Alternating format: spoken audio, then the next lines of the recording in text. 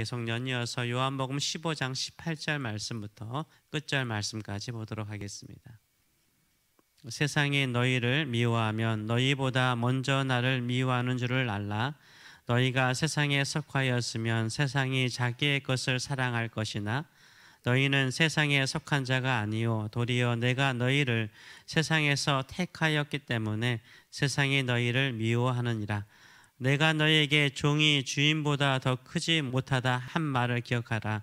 사람들이 나를 박해하였은즉 너희도 박해할 것이요 내 말을 지켰은즉 너희 말도 지킬 것이라. 그러나 사람들이 내 이름으로 말미암아 이 모든 일을 너희에게 하리니 이는 나를 보내신 이를 알지 못함이라. 내가 와서 그들에게 말하지 아니하였더라면 죄가 없었으려니와 지금은 그 죄를 핑계할 수 없느니라.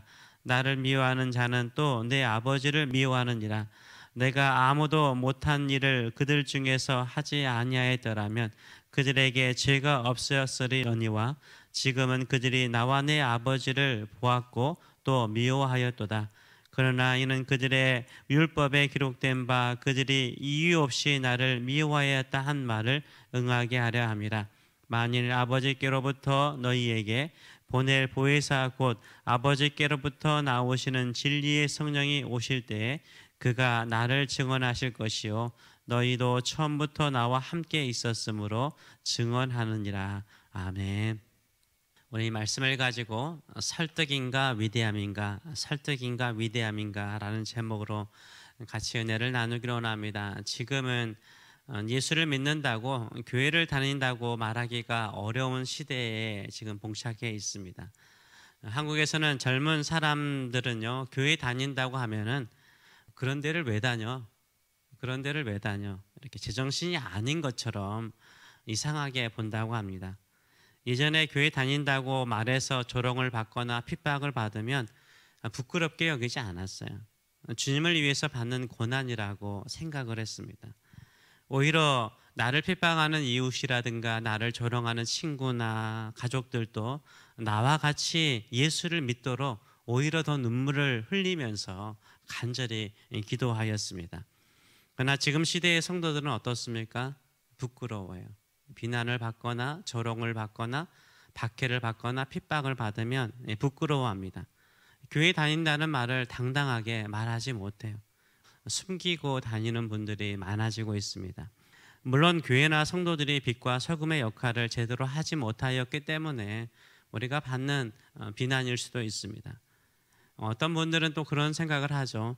교회를 열심히 다니고 믿음으로 잘 섬기다가 사업이 망하거나 가난해지거나 자녀들이 형통하지 않으면 덕이 되지 않는다라고 부끄럽게 여기는 경우도 있습니다. 예수님을 열심히 믿으면 모든 것이 형통하고 잘 되어야지, 그래야 주변 사람들에게 예수를 전할 수 있다라고 생각하곤 합니다. 그래서 예수를 믿다가 가난하고 병들고 고생하는 것을 부끄럽게 여깁니다. 그게 진짜 덕이 되지 않을까요? 내가 예수를 제대로 믿고 전심을 다해서 마음과 뜻과 정성을 다해서 예수를 믿다가 가난도 질병도 불행도 아픔도 고난도 나에게 찾아왔는데 그것을 기쁨으로 여긴다면 오히려 더 큰 덕이 되는 거죠. 저는 솔직히 성공하는 사람들의 간증을 별로 좋아하지 않아요. 왜냐하면 성공과 형통의 신화를 사람들에게 심어주기 때문이라고 생각을 해요. 오늘 본문을 보게 되면 예수님께 속한 사람, 예수님을 따르는 사람은 특징이 뭡니까? 첫째는 이 땅에 살면서 이 땅에서 박해를 받는 것이 불가피하다는 거예요. 반드시 박해와 미움과 반대를 받게 돼 있는 게 정상인 거예요. 왜냐하면 우리가 세상이 아니라 주님께 속한 사람이기 때문인 거예요. 19절의 말씀을 보게 되면 너희가 세상에 속하였으면 세상이 자기의 것을 사랑할 것이나 너희는 세상에 속한 자가 아니요 도리어 내가 너희를 세상에서 택하였기 때문에 세상이 너희를 뭐한다? 미워하느니라 라고 말하고 있어요. 우리가 세상에 속한 사람으로서 세상 것이면 세상이 우리를 좋아해요. 우리가 세상에 속한 자이기 때문인 거예요. 주님께 속한 자는 어때요? 오히려 세상이 예수님을 대적하듯이 반대하듯이 우리를 미워한다라고 말하고 있어요. 우리가 세상 사람들과 똑같이 살면요, 세상 사람들이 우리 미워하지 않아요. 우리가 세상에 속한 사람이기 때문에 우리를 미워하지 않아요. 예수님은 분명하게 말씀하세요. 세상에서 우리가 미움을 받는 거, 핍박받는 거 이상히 여기지 말래. 오히려 미움받고 박해받는 것이 정상이다라고 말씀하세요. 오히려 세상 사람들이 나를 너무 좋아한다고 하면 내 믿음을 오히려 의심해 봐야 되는 거예요. 정말 내가 제대로 예수님을 따르고 있는가, 말씀대로 살고 있는가, 혹시 내가 세상에 속한 사람이 아닌가 생각을 해봐야 되는 거예요. 근데 우리는 반대로 생각을 해요. 세상이 나를 미워하고 박해하면 내 믿음이 뭔가 잘못되었는가라고 생각을 해요. 그래서 오히려 세상 사람들과 닮아가려고 따라가려고 하는 경향이 있어요. 잘못된 거예요. 예수님을 잘 믿으면 모든 것이 형통하다는 것에 속지 말라고 말씀하세요. 하나님은 항상 우리를 축복하세요. 항상 하나님은 아버지의 마음으로 우리를 축복하지만요, 세상은 아버지를 반대하고 세상은 예수님을 반대하듯이요, 하나님께 속한 우리를 반대해요. 우리를 미워해요. 우리를 핍박하려고 그래요. 왜냐하면 우리가 세상에 속한 자가 아니기 때문인 거예요. 그렇기 때문에 우리는 하나님께 속한 자라는 것을 박해와 미움을 받음을 통해서 깨달으시는 저와 여러분 되시길 축원합니다. 두 번째로는 우리도 예수님처럼 박해를 받아요. 우리도 예수님처럼 박해를 받는 거예요. 요한복음 3장 16절 여러분 잘 알잖아요. 하나님이 세상을 이처럼 사랑하사 독생자를 주셨으니 이는 저를 믿는 자마다 멸망치 않고 영생을 얻게 하려 하심이라 라고 말씀하세요. 하나님은 세상을 사랑하세요. 사랑하시기 때문에 누구를 보내셨어요? 독생자 예수 그리스도를 이 땅에 보내셨어요. 인간의 몸으로 보내셨어요. 그런데 세상은요, 하나님의 사랑을 거부하죠. 오히려 독생자 예수 그리스도를 십자가에 못 박아 죽이죠. 세상은 하나님의 사랑을 거부해요. 하나님은 끝까지 암탉이 새끼를 품듯이 품으려고 노력하는데 거부해요. 그 사랑을 거부해요. 독생자 예수 그리스도까지 못 박아 십자가에 죽여요. 심지어 그의 백성이라는 요한복음 1장을 보게 되면 그렇잖아요. 자기 백성이 왔음에도 불구하고 왕이신 예수 그리스도를 받아들이지 않잖아요. 죽이는데 앞장서는 거예요. 세상을 따라 살면 그렇게 되는 거예요. 우리도 예수님처럼 이 땅에 사랑하며 살고 믿음대로 살고 말씀대로 살면요, 세상이 우리를 좋아하는 게 아니라 거부한다니까요. 우리를 대적해요. 예수님을 대적하듯이, 예수님을 십자가에 못 박듯이 우리를 향해 대적하는 거예요. 그때 우리는 오히려 예수님처럼 내가 고난받는 것을 기뻐하시는 저와 여러분 되시길 축원합니다. 오히려 영광으로 여기셔야 돼요. 내가 제대로 믿고 있구나, 이런 믿음을 가지시는 저와 여러분 되시길 축원합니다. 20절의 말씀을 보게 되면 내가 너희에게 종이 주인보다 더 크지 못하다 한 말을 기억하라. 사람들을 나를 박해하였은즉 너희도 뭐 할 것이다? 박해할 것이다.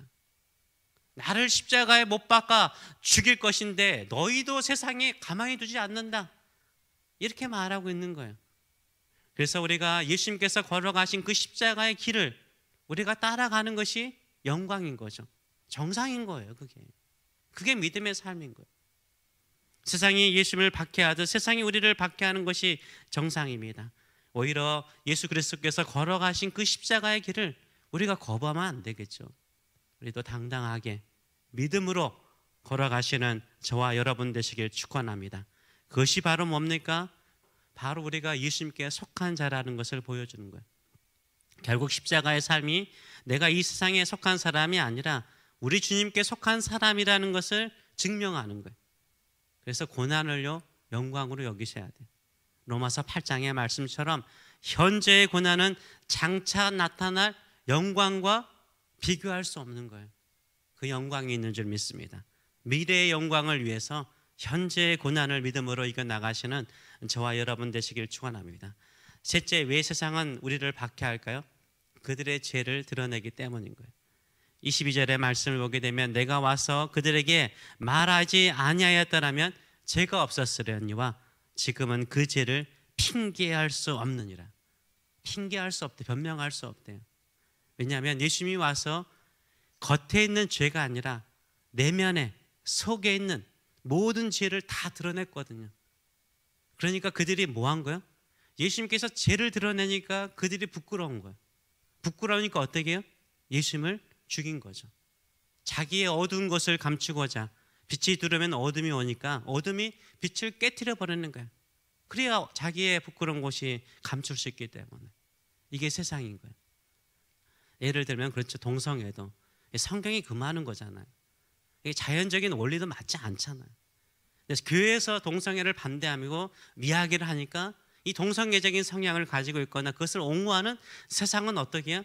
언론과 학자와 과학자들을 통해서 어떻게 하든지 교회를 핍박하고 또 오히려 성경의 말씀대로 살고자 하는 자를 조롱하잖아요.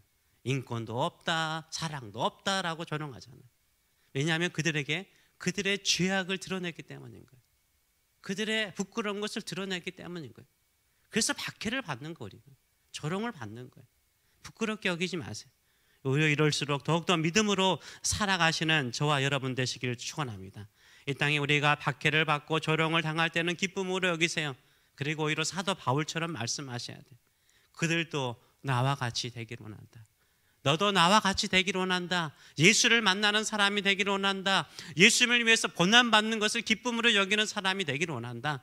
이런 심령을 가지고 살아가시는 저와 여러분 되시기를 축원합니다. 우리 초대교회 때 박해가 많았죠. 지금 시대는 초대교회에 비해서 초대교회 시대에 비해서 약한 거죠.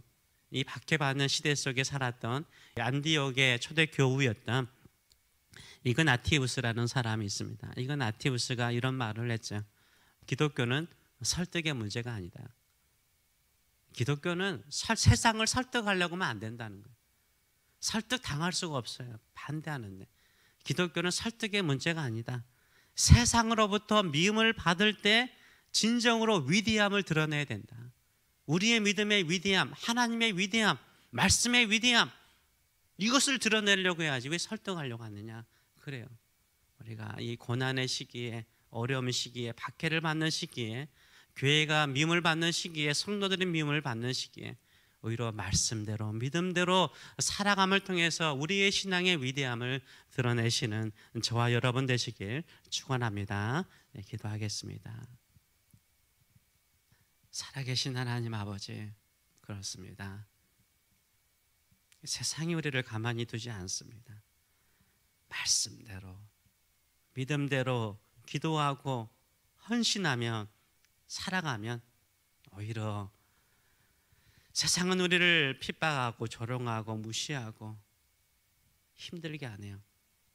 그러나 우리 주님께서 이 땅에 오셔서 사실 때에도 영광을 취한 것이 아니라 고난의 길, 십자가의 길을 걸어가셨습니다. 우리도 예수님을 따라가는 자이기에 그 십자가의 길일지라도 그것이 바로 영광을 향한 길이요, 우리 주님이 걸어가신 길이기에 기쁨으로 감사함으로 걸어가는 자 되게 하여 주시고 오히려 더 빛된 삶, 더 믿음으로 사는 삶, 오히려 하나님을 향한 믿음의 위대한 열정을 가지고 사는 믿음의 성도들 될 수 있도록 축복하여 주시옵소서. 감사드리며 예수님의 이름으로 기도하옵나이다. 아멘.